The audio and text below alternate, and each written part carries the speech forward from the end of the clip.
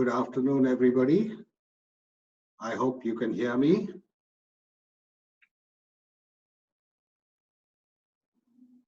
Please let me know on the chat if you are able to hear me clearly. Great.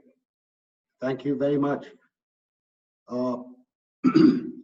Once again, a very good afternoon to you, and a special welcome to our speaker this afternoon, Ms. Nandita Lakshmanan. Ma'am, we really appreciate your time and for your really taking the trouble to be here and talk with us about what you do and what you do very well. Thanks again very much. I'll take a moment to introduce our speaker. Ms. Nandita Lakshmanan started the practice almost 20 years ago. Today, her company is recognized as one of the finest and most innovative agencies in the country. I had the good fortune to work with her company, what was it now, 11 years ago, and I must tell you that it was an absolutely successful and outstanding interaction that we had with great results. Before joining the practice, or before starting the practice, Nandita worked with Genesis Burson Marsteller, which was at that time known as Genesis PR. And I need you to please mute your mics. Okay. Thank you. Ms. Lakshmanan's views on public relations, based on her 25+ years of experience, have really helped to shape the vision of her company and influenced its best campaigns, some of which are still talked about. She leads with the belief that an idea is only as good as its execution, and is a very hands-on person, maintaining a close eye on implementation and the last mile, which is critical in the PR business. She's an alumnus of the Fortune US State Department Global Mentorship Program, where she won the ExxonMobil Vital Voices grant for an idea titled Integrity Decoded. In 2014, she received the Sabre Individual Award for her contribution to the PR business in India. She was recognized among India's top 10 women in public relations by Reputation Today in the year 2016.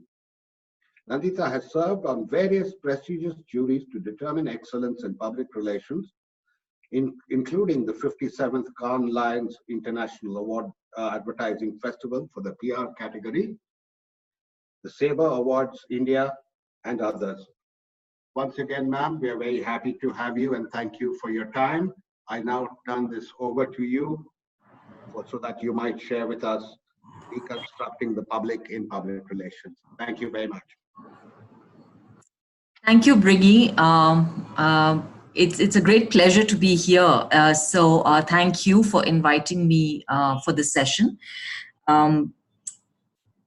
The public relations industry has evolved since I started my career way back in the early 90s.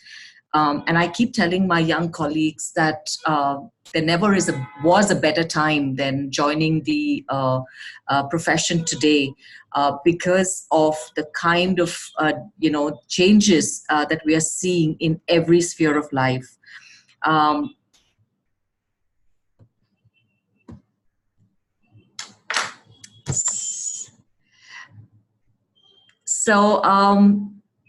And I was told this even when I joined way back in 1993. The doors had just opened thanks to liberalization. Some of the early clients that we worked with truly gave us the kind of exposure that, that was just kind of phenomenal for us as young practitioners. And I tell my colleagues the same today because of the environment in which we're living in. And in many ways, what I studied in public relations way back in the early 90s about, public relations being a discipline which involved, the entire scope of publics, as we called it, or all our stakeholders, is today, kind of becoming so much more real than ever before. So this topic, which is, deconstructing public, which we define as stakeholders, is very, very close to my heart. And I do think that not just public relations practitioners, but anybody helming a business needs to understand this very, very well, because this is what is really going to establish one as both an enduring and an enduring business. One of the things that I've always struggled with, despite, public relations really being around for decades together, is what really is PR. And, the acronym doesn't help us at all. People think it's just getting yourself out in the media. And that's what a lot of the briefs that come our way look at. It's largely media relations-led scope of work. People just think that, just a mention in the news, or, today it is a social media with a few shares and likes, you kind of done PR for yourself or the cause that you represent. However, public relations is, a much broader and a much deeper subject. And for us at the practice, it's really a management discipline of building and sustaining two-way long-term relationships between organizations and their stakeholders. And this is what makes public relations a complex subject, and not as simple as putting a spokesperson and a media house or a journalist together.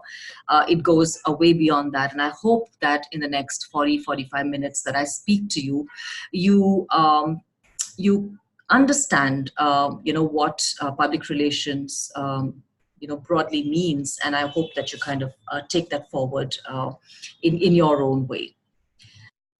So the word stakeholder is kind of really sits at the heart of public relations.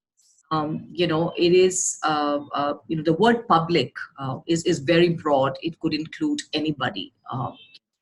The common man, the publics, the consumers, etc. But when we talk about stakeholders, you talk about those who have a stake in business or the organization or the entity, institution, etc. However, given that we have been pursuing corporate public relations, for the longest time, we look, when we say public, we largely mean the stakeholders that our organizations work with. Our first attempt is really look at organization and businesses in its entirety. And we kind of break them into what we call corporate affairs, which really includes the HR functions, finance, legal, working with local communities, and sustainability and the like. When you talk about public affairs, it is really engagement with government, the civil society, policy think tanks, industry bodies. And I think public affairs is becoming a very, very important function in organizations today. Primarily because almost every business that is coming up, requires policy change. And I think that's the biggest talk about town on this big chasm between the new age businesses, of the gig economy, and the government's understanding of, how these businesses must run. So therefore, we are going to see an increased, strengthening of the public affairs divisions within corporates. And you have the large sales and marketing functions, which includes your B2B engagement, the B2C, as well as the supply chain. So broadly, when you kind of look at an organization in its entirety, you pretty much have covered them with these three broad, definitions.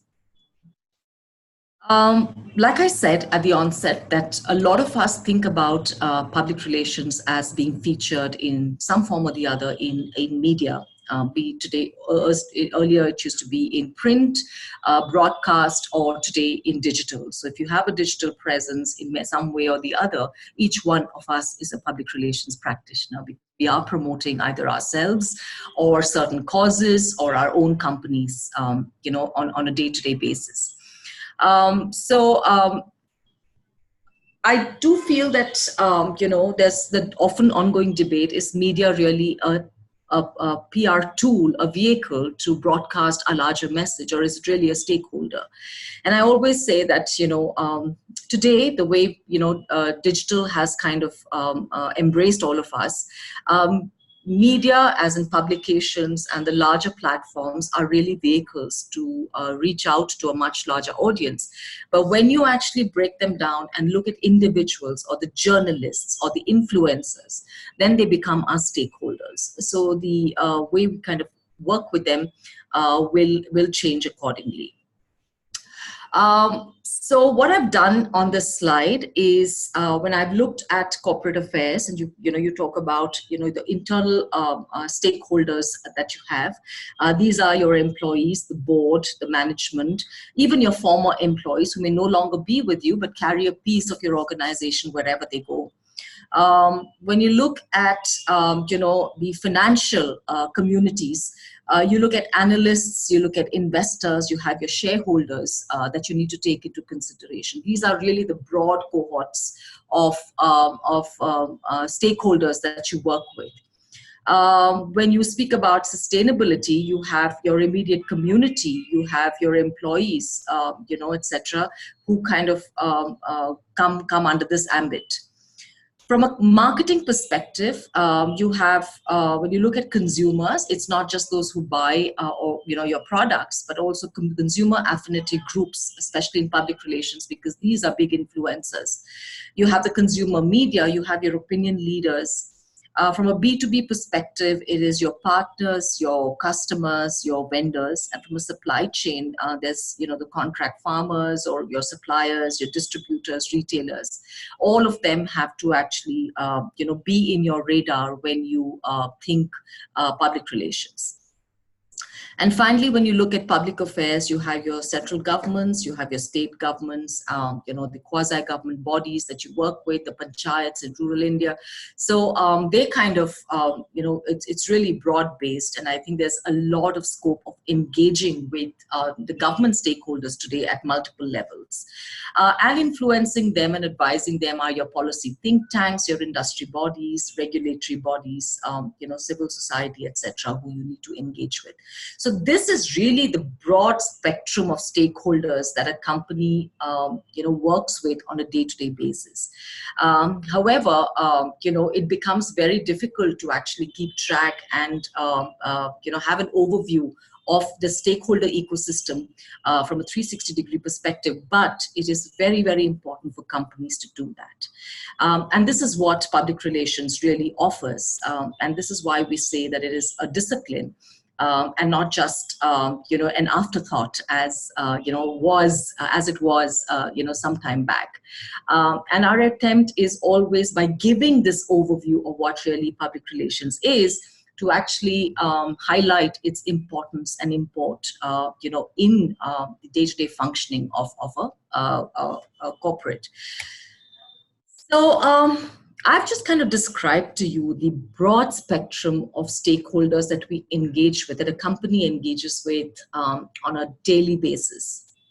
There are multiple functions, there are multiple individuals, professionals, senior management who are engaging with them on an ongoing basis, not in a linear way at all. There are multiple discussions happening, ongoing discussions happening all the time. And what we find, as in our experience dealing with various corporates, is that very often these discussions happen in silos and they do not come together.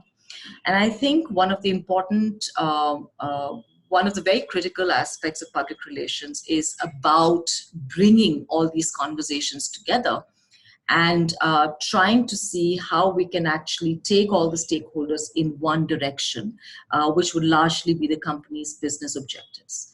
It is not always that we will succeed, because very often there is tension and there is conflict between the company's interests and where the stakeholders may want to go. And at no point am I saying that we can pull out the magic wand and make things happen. But having said that, frequent and sustained communication, having understood stakeholder needs and requirements, is really what is going to help us move towards, inch closer towards, if not, a complete meeting of minds, but at least help us understand each other's perspectives, points of view, and have healthy debates that make progress, in the right direction. Let's see what, how we can actually navigate this, what I call complex web of influence going forward. And this is really defined in the whole stakeholder engagement process. It is really about, the first step is about, identification. Who is our stakeholder? In the previous slides, I helped define stakeholder cohorts and communities that we need to work with. Having said that, when you actually get down to the planning stages, it is important to identify individuals within each cohort, individuals who you are going to impact. Because each individual within a stakeholder cohort also has a different mindset, has different points of view. And I think it's important to actually understand and assimilate all of that before we begin our planning stage. So the identification is very, very critical. Who is our stakeholder? Why are we targeting them as our stakeholder, considering them as a stakeholder, and what do we want to do with them? Once you have identified, and we will take you through the steps of what one needs to do when you're identifying, you kind of profile them. And by profiling, I merely mean that you acquaint yourselves with each of those stakeholders. Listening and monitoring tools, when I started my career, there was none of these, no listening and monitoring tools that brought news to you. We would sit with our newspapers, we would attend events, we would meet people to assimilate primary research, etc. Helped us actually assimilate all this information about our stakeholders. And then we kind of create a profile of them in context to our business and where we want to go. And then once you have actually profiled the stakeholders, you actually map them, and we have, a standard template, which is kind of a power interest grid. And I'll talk to you a little bit more at length about the power interest index. And once you map them, you understand where they sit in terms of power within the industry and in the environment in which your company operates, and then their interest in your business. Once you have actually mapped them, you can decide how you want to work with them in terms of developing certain strategies and tactics that allow them to come closer to understanding your business. So the mapping, and then you have your strategy, and then finally measurement, which is becoming important, and I think far more easier than it used to be thanks to analytics that we have. And then once you kind of have the measurement to see whether your program's successful or not, you go back to the whole identification process. So that's really the whole, the stakeholder engagement process that we talk about. It does sound very complex. It is in the beginning. If you do not have, archives, and if you don't have details, understanding of who your stakeholders are. And I think one of the most important things about the stakeholder engagement processes, and this is kind of our experience as public relations practitioners, because of frequent attrition and in the company side, because of frequent changes on the various stakeholders side, there's very little record and documentation about the history and legacy of stakeholder engagement within corporates. So in many cases, you're starting all over again, or you are starting with hearsay. And there are often a lot of things that get lost, in translation. So it's very, very important that you're recording all of this information, and you have a legacy of how relationships have progressed, and a record of, how you kind of, how solutions were found when things were tough, or how you overcame certain challenges where stakeholder relationships were concerned. So let's kind of look into what the whole process of identification. So, it is extremely important for all of us to understand the environment in which our clients are operating in. So we broadly look at it from the social, economic, and political context. And I think there's so much of volatility going on at this point in time. It is extremely important to keep track of, of this aspect before you jump into creating stakeholder engagement strategies. Understanding perspectives based around your business in this context is important, and then you kind of work to identifying the stakeholders who have an impact on the organization from all of these perspectives. So once you have understood the context from a social, political, and economic perspective, you work to really equating yourself and understanding each of these stakeholders through various listening and monitoring tools that are available, or simply by kind of reading newspapers, research reports, scouring through the internet, doing secondary research, etc. You may attend events. You have analytics to throw up a lot of information about the stakeholders that you would like to kind of pursue. Having said that, it is also important to have face time with them. So primary research is not something that should be taken away from this. So there are various ways in which you get down to really understanding in depth and therefore profiling your stakeholders. And once that is done, you have a good thorough understanding, and therefore you prioritize. And the understanding is, are these stakeholders your adversaries? Are they your allies? Are they fence-sitters, neutral, do not have a point of view? And once you have actually prioritized, you have completed the whole process of identification. And then there are tools available. The practice has, machine learning, artificial intelligence. All this has allowed us to create our own tools to help us actually record and document all of this in great detail. So we have our own tool, which we've developed over the last 2 years, which we use as a repository of all the stakeholders categorized in this form. We then get into the important step of mapping our stakeholders. And we do this, as I mentioned, on the power interest axis. So we look at power on the y-axis and interest on the x-axis. And the power is really the reflection of the influence and credibility of the stakeholder in the industry. The interest is really their interest in your business and their involvement so far in your business. It's quite interesting when you get down to doing this exercise that sometimes you may actually find that while this, you may have thought, somebody is very, very powerful. For example, the minister who, say if you're, working in an area of education, child education. So the Minister of, child and child development, etc., would be the most important person. But having said that, when you look at their involvement or understanding of your business, you realize it's very, very low. So they're kind of mapping on the power interest grid actually is not as much as you would, does not get as much weightage as you would think they do. So here is an example of the whole stakeholder on our tool, which is the cube. So we have the power on the left, and you have on the y-axis, and you have the interest in the x-axis. And we did this exercise for as a sample of auto reviewers, mapped on the cube. So what we have over here is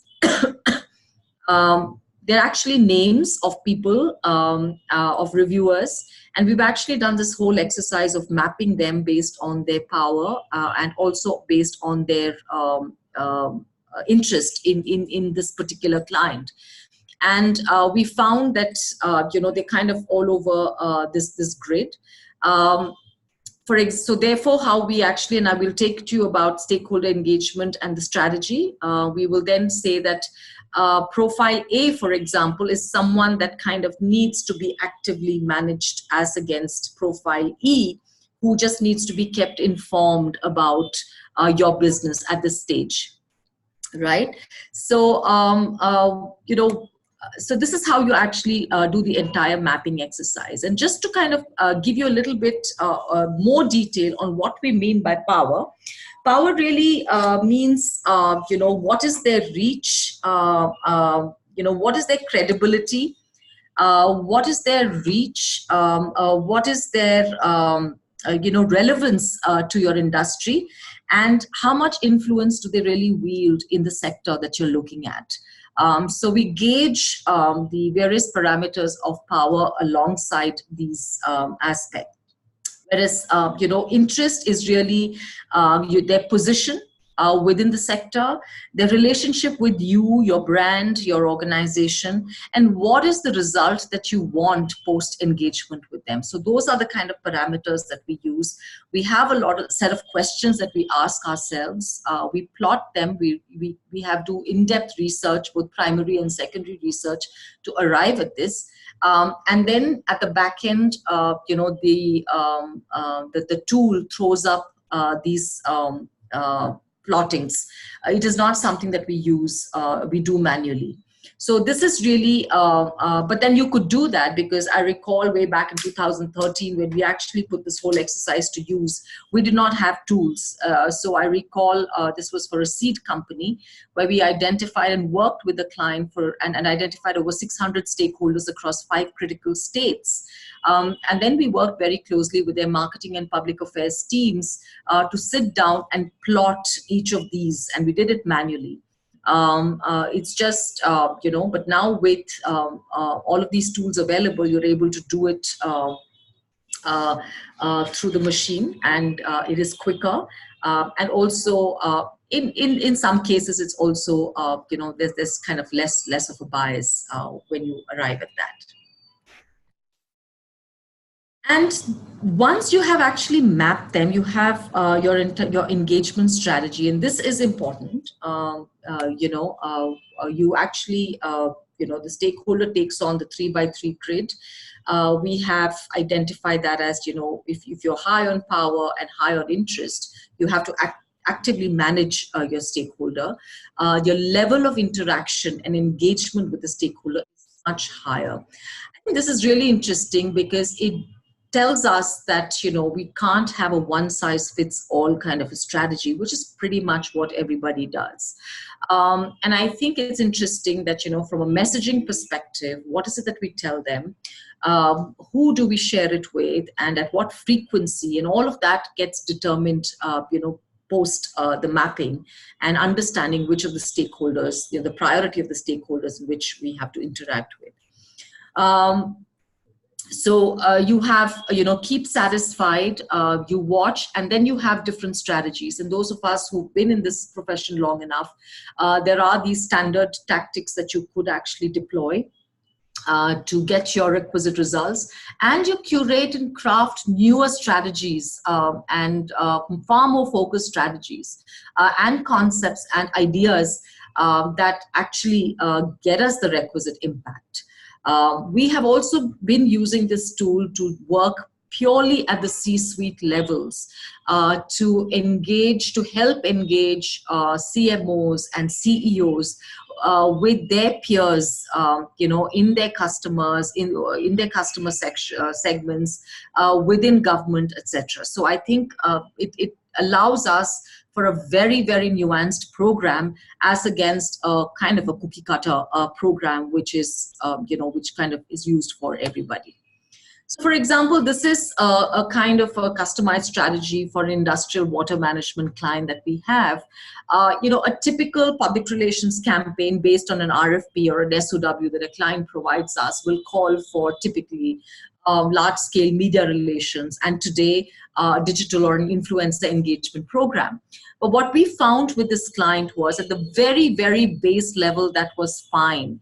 But very often there is a huge kind of divide between the RFP that is sent to us and what the expectations of the C-suite or the client is.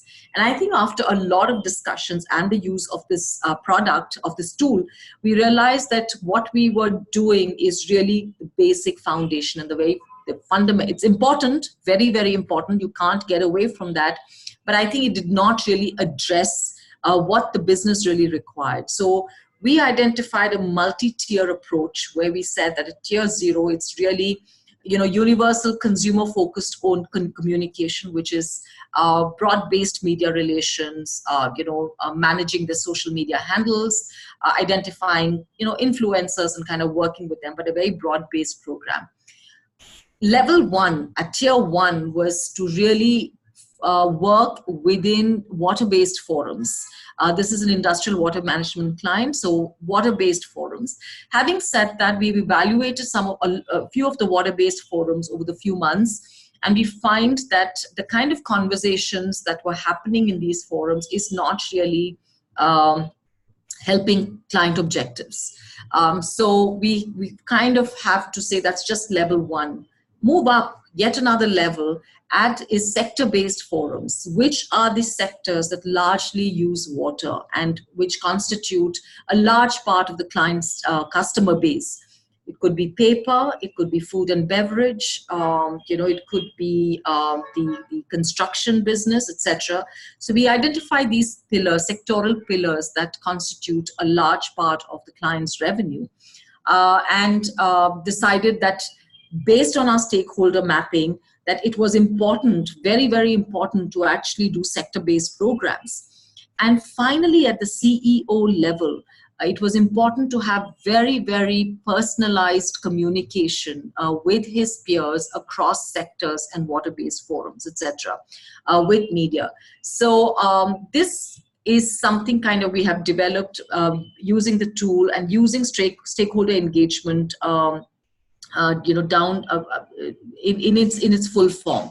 So, and I think as we are applying this, we're finding that the nature of programs that we do are changing. They're becoming far more complex. These are multi-stakeholder programs that we're engaging with, as against pure play media relations program, where we're even targeting just media and not really looking at it from a stakeholder perspective. Having said that, we're also where strategies, where the RFP or the scope of work is purely media relations, we are applying the stakeholder engagement strategy approach to even media relations, which means that we break down the media who kind of reach out to the stakeholders of our clients, and then we're talking to them, which is expanding the scope of media relations for us as well. It is also allowing us to conceptualize ideas that act as media magnets for us. It's attracting the kind of storytelling that we're able to do through these, concepts which involve multiple stakeholders is varied, diverse, and truly very, very interesting. So the scope for storytelling is actually expanding for us. And I would say that overall, it's just making our work very exciting, and truly impactful and meaningful. The fourth step is, of course, once you have all this strategy in place, it's really about execution. And as I've been a very strong proponent of someone of execution. I think there are I would say strategy is actually commodity today. I think there are so many public relations firms and practitioners who can come, or consultants, management consultants who can come with brilliant strategies. But I think execution is very important. And, we really believe that, strategy without execution is really hot air, and execution without strategy is really shooting in the dark. And, our whole stakeholder engagement proposition has allowed us to prove this. And when you talk about execution of a stakeholder engagement campaign, I think the selection of team members becomes very critical. The skills that they bring in become very critical. Their ability to engage, convince, influence stakeholders becomes very critical. So you need a team of people who can think, who are visionary, people who can execute, and people who have a lot of skill sets to kind of pull together a campaign which can actually go in different directions, because not all stakeholders are thinking alike and everyone has their own agenda.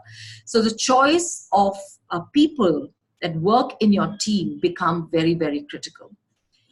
The need for systems and processes is all important. A stakeholder engagement campaign has to be managed like a project, like project management, with deadlines, timelines, roles, responsibility, the RACI metrics well in place. Otherwise, it can fall through the cracks, and it could also go in directions that you don't want it to. Typically, stakeholder engagement campaigns are mid to long term. They're never, they're rarely short term, because you really cannot create impact in short term for such campaigns. And therefore, it is very, very important to have a set of systems and processes and adhering to it. It becomes very, very critical. There has to be an escalation process. Typically, when we work on stakeholder engagement programs, we tell the clients that it is as much their program as it is ours, even when it comes to execution.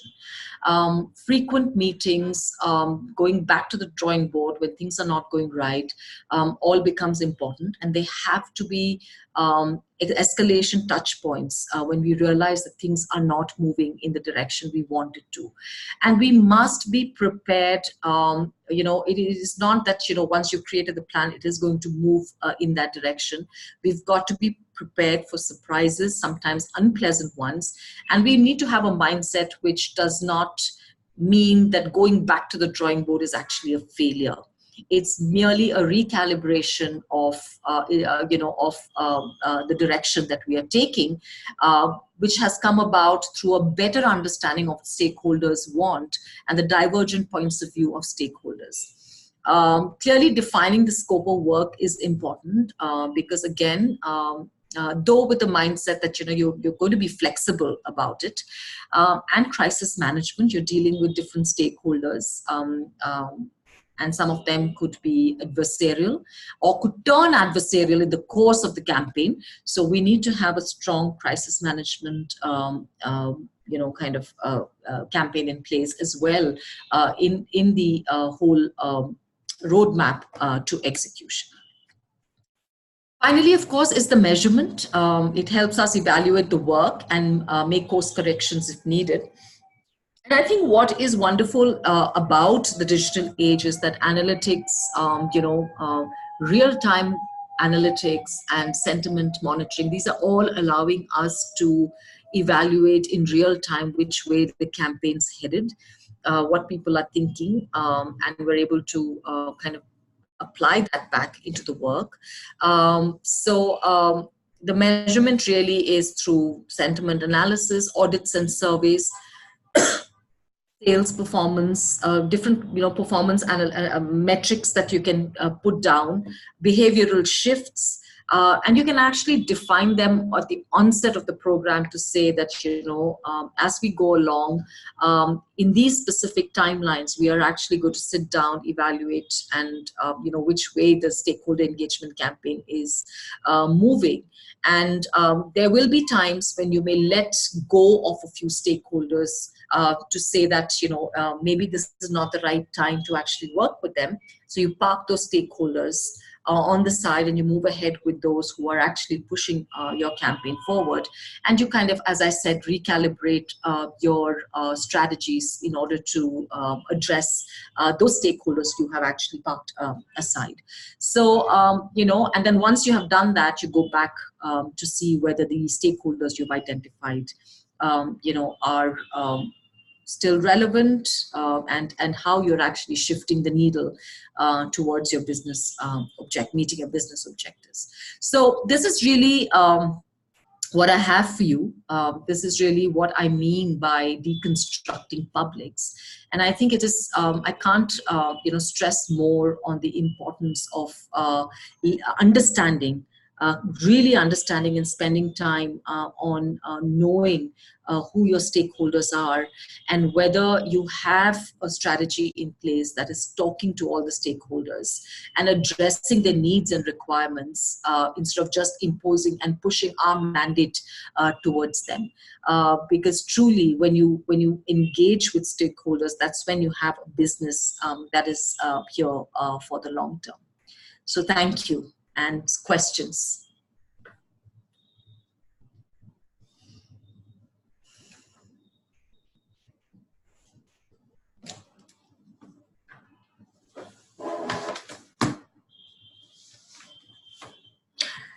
So there are several tools available for sentiment analysis. We use something called Talkwalker. There is Cirrus. There's several tools that are available. You can just Google. We use something called Talkwalker, but there are several available online. Some of them you have to pay for, and some of them are just available for free.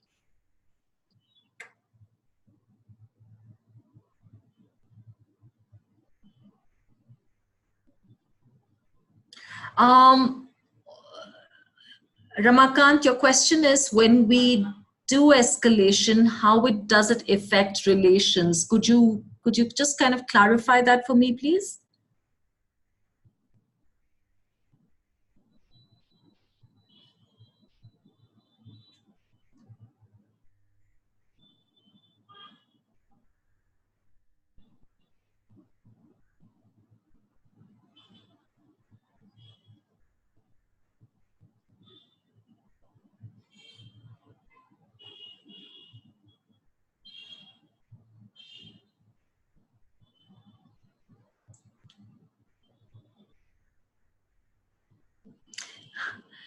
So you're talking about specifically about just about, from a human resource perspective, but well, it's pretty much same for stakeholders as well, right? I think one has to have diplomacy. One has to actually remove separate fact from judgment, so I think it's very, very important to stay factual, stay on course of which way you are headed and how that is impacting. And like I said, there will be moments where there is going to be conflict between what stakeholders want and what your objectives are. And I think it's about navigating that in the best possible way. So there is no, I mean, this has to be dealt with on a case-to-case basis. But I think escalation is important, because if you kind of brush things, if you just kind of put things under the carpet and do not address them, it still doesn't take you anywhere. So I think it's in the interest of all stakeholders to be to be honest, and also to really decide there has to be give and take. And I think it's about, allowing for compromises, and allowing for that, you give some and you get some. So I think it just has to be dealt from a case-to-case basis. So the role of social media is critical, but I would not say that it is. It has still changed everything. It may seem so, but it hasn't. We have found that when we are trying to understand, for example, stakeholders in the government, or even some very, very critical stakeholders not in the urban centers, I think we still have to depend on going out, researching, meeting them, really understanding the perceptions about them, and not getting colored by what is said in social media, but trying to take a 360-degree approach to really understand a method which is away from social media to really understand that stakeholders. Also, I must say that while in the whole mapping, identification mapping process, even while we do using our tool, we've not left it 100% to the software and to machine learning to do that. There's a long way to go.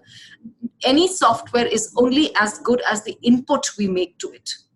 So I think our gut and our judgment still has a big role to play in all of this. Social media is important, but I would not blindly follow it.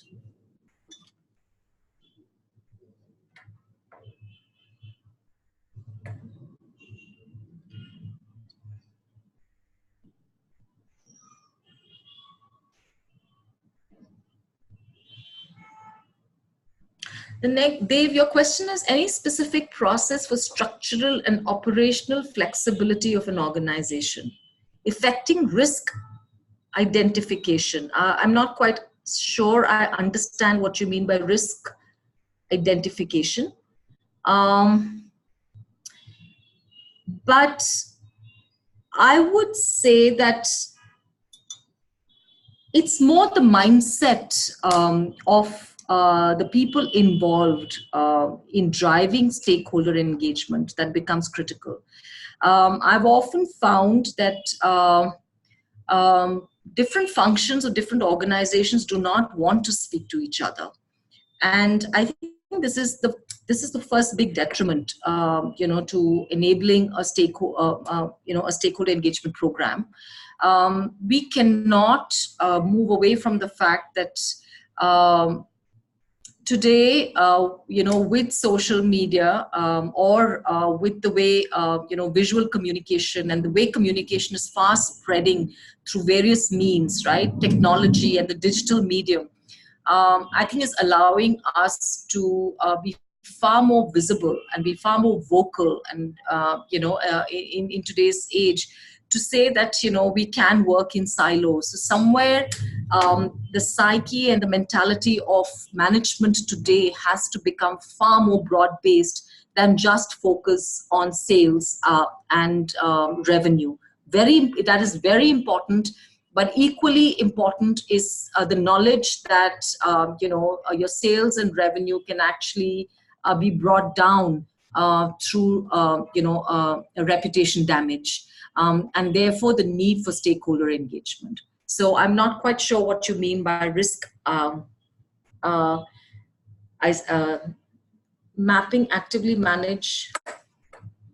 Let's go back to the question.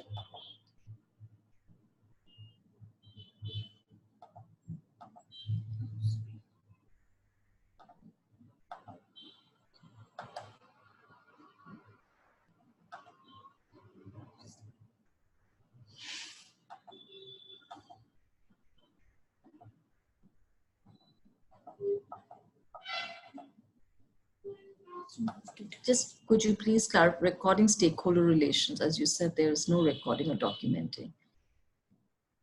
Well, you have to have a documentation of stakeholder relationships. I think over the years is very, very important. We have we must, so if you are working, if you've identified your stakeholder cohorts, I think it's very important to have a place where you log all your meetings and all your calls and all your issues with that individual stakeholder. It is very important to have a log of all of that, so that it could be a few years down the line that you can actually refer back, and that becomes very, very handy. Especially when you're dealing with, say government, the people within ministries or bureaucrats just keep changing. And I think it's important to track their move, to say that, which ministries or which were they working in, what is their kind of track, what are the areas of interest that they have, what are the kind of discussions that your company had with them. And I think that's what I mean by ensuring that you have logs of all your meetings and they are well documented, and they don't rest with individuals within your organizations who can quit and move on. And along with those logs, I think it's important to have history of, where have these people been visible in, what is their kind of credibility. This is all towards really mapping them on the power interest grid And based on the parameters and the kind of questions you will ask yourselves about their credibility, all of these things come in handy when you're developing their profiles.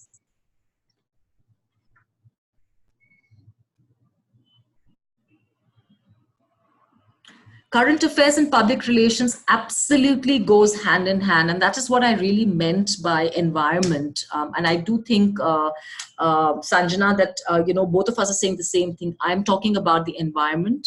You're talking about it as current affairs, but I think it is absolutely critical. Not just current affairs, history is extremely important. I think it's doing due diligence and going back and doing research is very, very critical in public relations. It's not just about putting a spokesperson and a journalist together.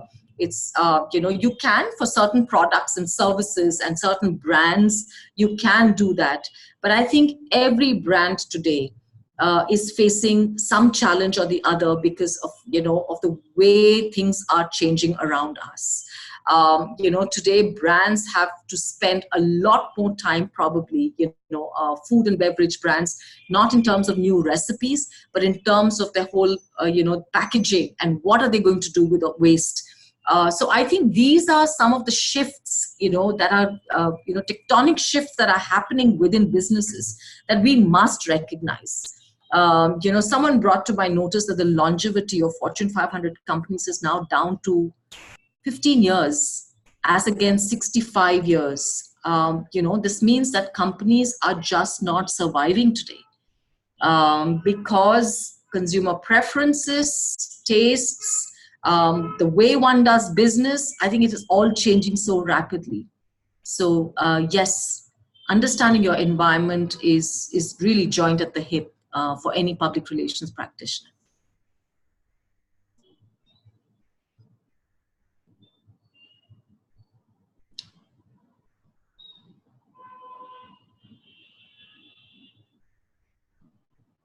Well, Rishad, this is the nature of our job. This is just the nature of our job. Think of a technology company, for example. Think of one of these big tech firms. They are not just dealing with evolution, the quick evolution of their businesses, but, at every stage with stakeholders, things are changing. So this is where one has to work. This is where I think management has to really understand that they need to be talking to each other, and we as practitioners have to support them. So we have teams. So this is where analytics and every morning consolidating reports, research reports on what is happening across various topics, and then have to have a very, very fast management. Crisis management is not only reactive.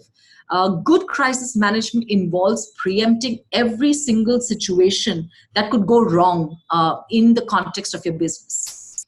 And when you've done that, you actually have templates already ready because you know these things could go wrong, and you're already in parallel putting solutions in place and simulations in place to ensure that should something go wrong, you're actually responding very, very quickly. But I think honesty, transparency at all times is becoming the norm these days, and there's no way to escape that. So we're living in a fast-paced business, and as public relations practitioners, I think we need to know how to respond very, very quickly and respond, not react at all times. I think that's important.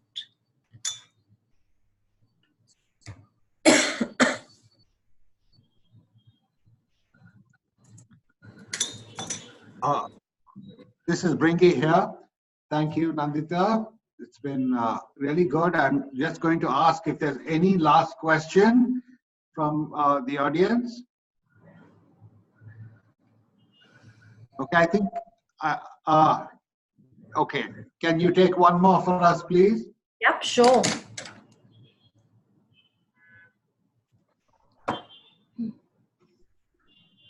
It says, how does cognitive dissonance work in creating behavior shift? Well, that's a very complex subject. I don't think absolutely.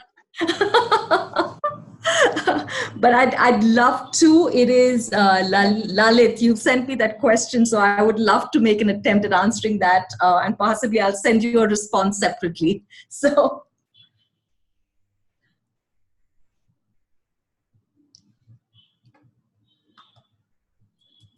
Brini, I don't think I'll take that because that's really, really, I think that calls for a little bit more time. So,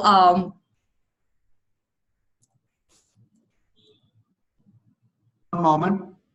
Yeah, I'm live now. Thank you. Yeah, this is a very complex question. And I do appreciate that, it's not something that we can do. Maybe we need another webinar on that one. But I think we will close at this time. I'd really like to thank the participants for staying with us and for your questions. If you have an opportunity, please join us again, and we will try and bring you topics that are of relevance to you. We will post up a recording of this webinar. And once that's done, my colleague Anushi will send you a link for that. And Nandita, thank you very much. I certainly appreciate your time. We've been very fortunate to have you talk to us, and your time is valuable. So have a lovely day, and thank you all. Thank you.